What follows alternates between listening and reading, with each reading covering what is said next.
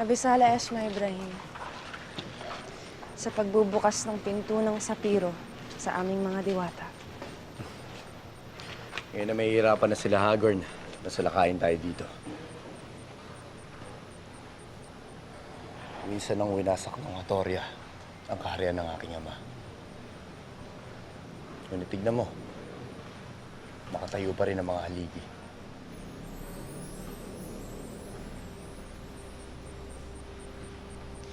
Hayaan mo. Tutulong ang Lireo na maitaguyod ang iyong kaharian kapag natalo na natin ang ating mga Vidalhen.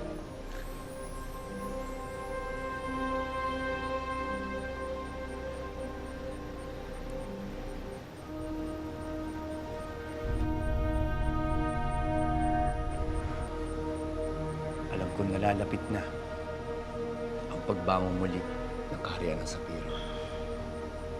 Mahal kong Reyna. Mahal na Reyna, narito na po si Mashnakil.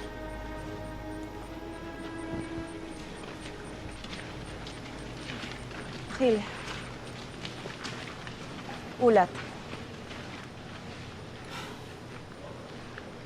Malaki ang pabuya ni Hagon laban sa inyo ni Sangre Danaya.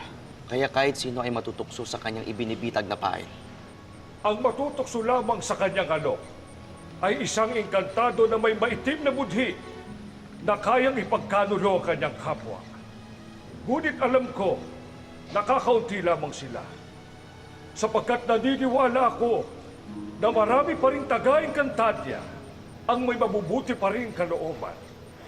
Magkaganon man ay kailangan pa rin natin mag-ingat.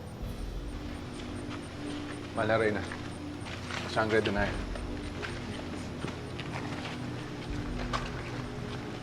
Danaya, saan ka galing? Ba't ngayon ka lang? Kilala ko na kung sino ang bagong reynang ipinalit ni Hagon. Sino?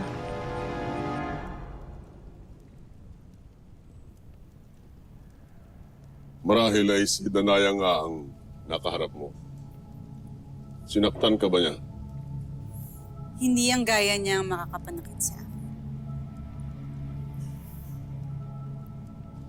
Matapang kalilasari. Kaya ikaw ang pinakasalan ko.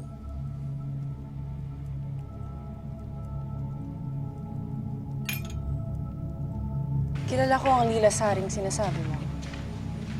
Yung pala'y napangasawa ni Hagon. Buti na lang at niligtas ka ni Perena laban doon. Hindi maaaring may mawala sa ating dalawa. Dadalawa na lamang kasi tayo. Hindi na akong maasa kay Perena dahil iba siya sa atin.